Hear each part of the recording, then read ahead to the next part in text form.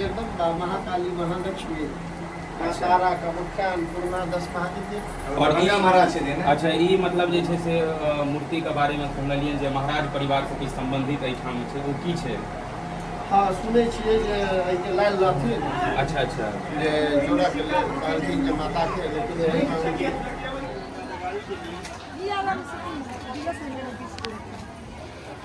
आ मैया रानी के दरबार हम सब पहुँच गेल छी तो चलू जे छै से पूजा करे के जो होइया से मां के चरण दर्शन भऽ गेलै हैं खूब नीक जकाँ भगवती के। आब हम सब कनी आब भगवती पूजा के बाद पेट पूजा करे के लेल आबि गेलहुँ। हम तो पूरी तरकारी खा रहल छी दुनू भगवती जे छै से चूड़ा दही। और आइ के ब्लॉग में अहाँ सबके स्वागत छै।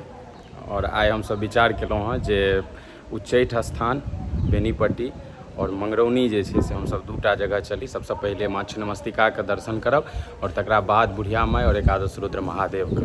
आइ अहाँ सब ब्लॉग में बनल रहियो, सबटा चीज शुरुआत से देखा रहल छी केना कि हम सब पहुँच रहल छी। देखियो कते की पार लगे छै, की आनंद भेट रहल छै से जरूर एहि वीडियो में अहाँ सब अंत तक बनल रहबै। और दरभंगा से सीधा निकल गेल छी हम एयरपोर्ट वाला रास्ता होइत दिल्ली मोड़ वाला देख रहल छी जे ई सामने एयरपोर्ट नजर आबि रहल यऽ। कतेक नीक नज़ारा छै। और एक बाद सीधा हम सब निकले छी आ फिर हमरा सबके ई रोड सीधा पकड़ने रहिका में जाके जे छै तो सीधा बायाँ मुड़ऽ पड़ते।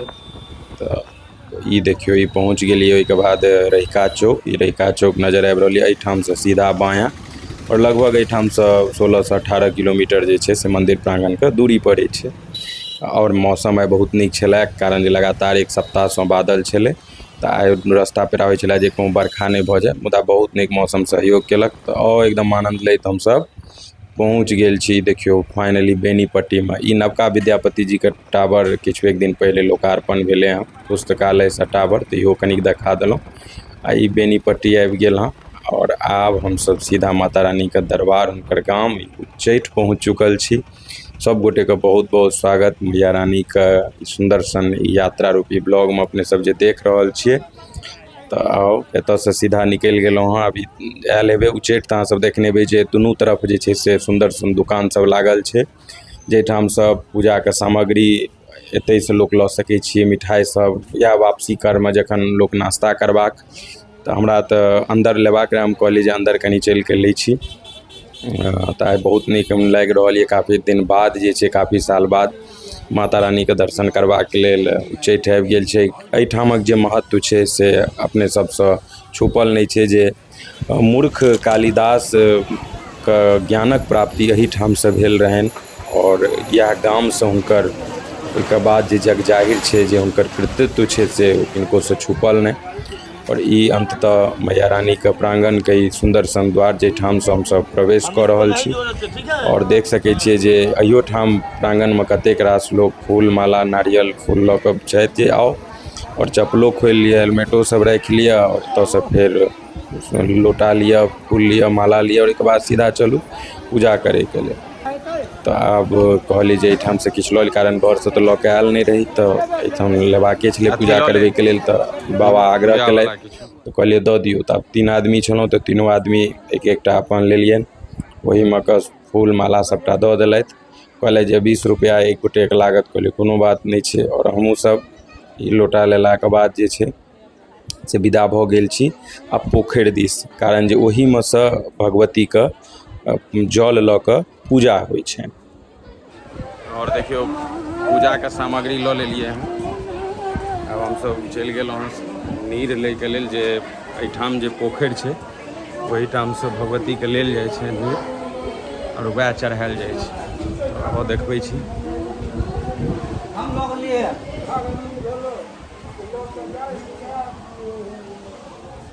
तो देखियो पोखरि कते एकदम हरियर भेल छै। एकरा हरियर कंच कहिए आ कि भऽ सकैए कनि किछु गाद कचरा होय तऽ पूरा हरियर जे छै एहिठाम से जल लऽ कऽ मैया रानी के पूजा होइ छै। आ मैया रानी के दरबार हम सब पहुँच गेल छी तो चलू जे छै से पूजा करे के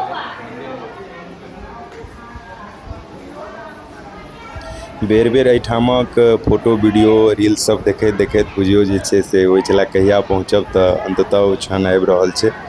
जे भगवती के पूजा करबाक दर्शन करबाक सम्मुख से उनकर गर्भगृह में ई सौभाग्य भेट रहल है।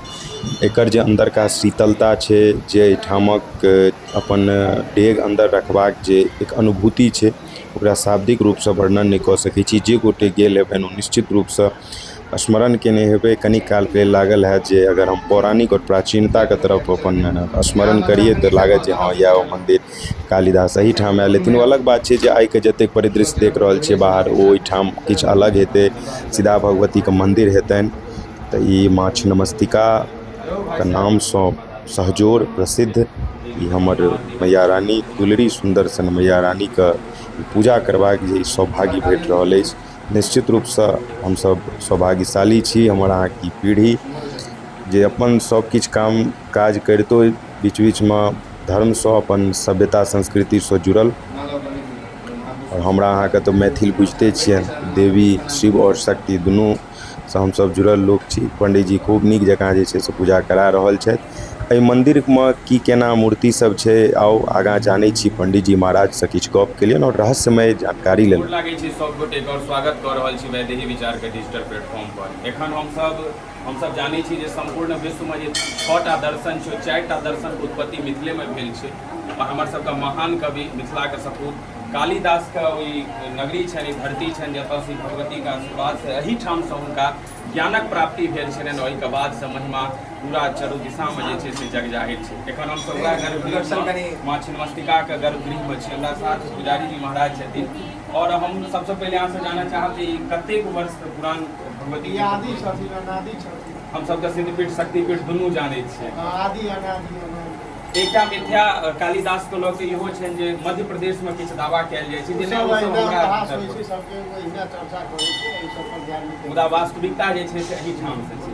तऽ गर्भगृह में भगवती के कोन कोन मूर्ति सब छनि से कनि जना दियौ तऽ। आदि शक्ति जगदम्बा, महाकाली, महालक्ष्मी, तारा, कामाख्या, अन्नपूर्णा, 10 महाविद्या और महाराज छथिन। अच्छा, ई मतलब जे छै से मूर्ति के बारे में सुनलियनि जे महाराज परिवार से किछु संबंधित एहिठाम छै, ओ की छै? हाँ, सुनै छियै जे एहिके लायल रहथिन। अच्छा जे जोड़ा के लेल कहलखिन जे माता के, लेकिन उनके अपन अपन विचारधारा छै।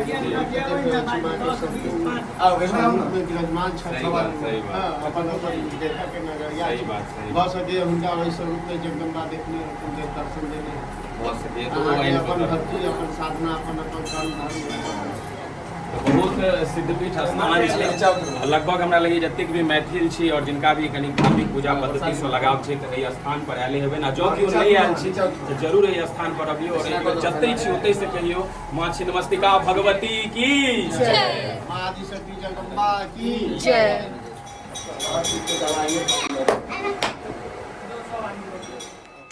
तऽ कमेंट में जरूर करबै जे मैया रानी के ई महिमा के बारे में अहाँके बुझल रहै कि नहि, या केहन लागल ई नया चीज जानकारी हो। कारण जे पूजा करै लए तऽ बहुत गोटे गेल हेबै, मुदा शायद ओहि तरहक नहि जानने हेबै जे हाँ की छै नहि छै। तऽ ई जरूर कमेंट में बतेबै। और तकरा बाद जे छै से सम्मुख बाबा भोलेनाथ के सुंदर सन मंदिर विराजमान, तऽ ओहोमे पूजा करबाक लेल हमसब पुनः गेल रही। पोखरि से फेर जल लऽ के एलहुँ और फेर से बाबा के अभिषेक। बाहर में तुलसी चौरा छै, एगो अन्य पत्थर सब मूर्ति सब छथिन तऽ हुनको पूजा केलहुँ। महादेव और हमसब तऽ जानबे करै छी जे मिथिला शिव और शक्ति दुनू के मानै छथि, दुनू के भाव भक्ति एहि धरती से जुड़ल छै।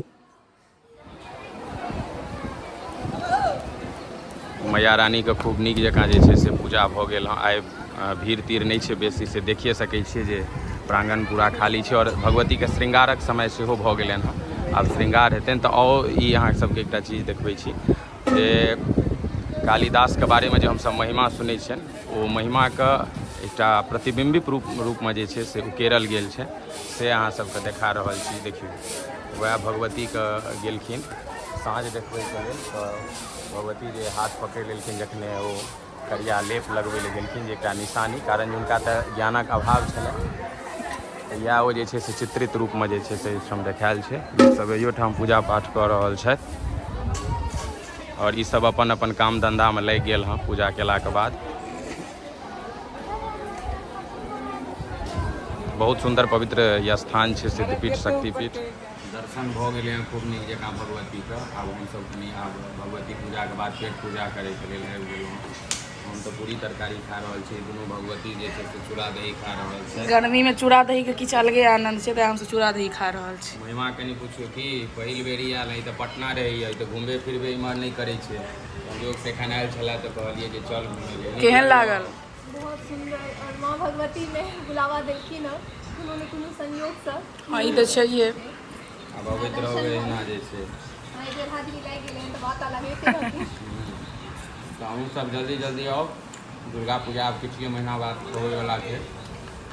बस वीडियो में बनल रहियो, ना चैनल सबके सब्सक्राइब केने रहियो। एहिठाम के पूजा संपन्न भऽ गेलै, आब हम मंगरौनी के लेल जे छै से विदा हैब, तऽ अगलो ब्लॉग में अहाँ बनल रहियो, तऽ मंगरौनियों के जे छै से परिदृश्य अपना सब अहाँ सबके देखायब जे छै। बाकी केहन लागल चैनल के सब्सक्राइब कर लियो, सपोर्ट कर लियो, और एक बेर जगदम्बा के जयकारा लगाबू, वीडियो के शेयर करियो। जय माँ उच्चैठ वासिनी, जय आदिशक्ति जगदम्बा की जय।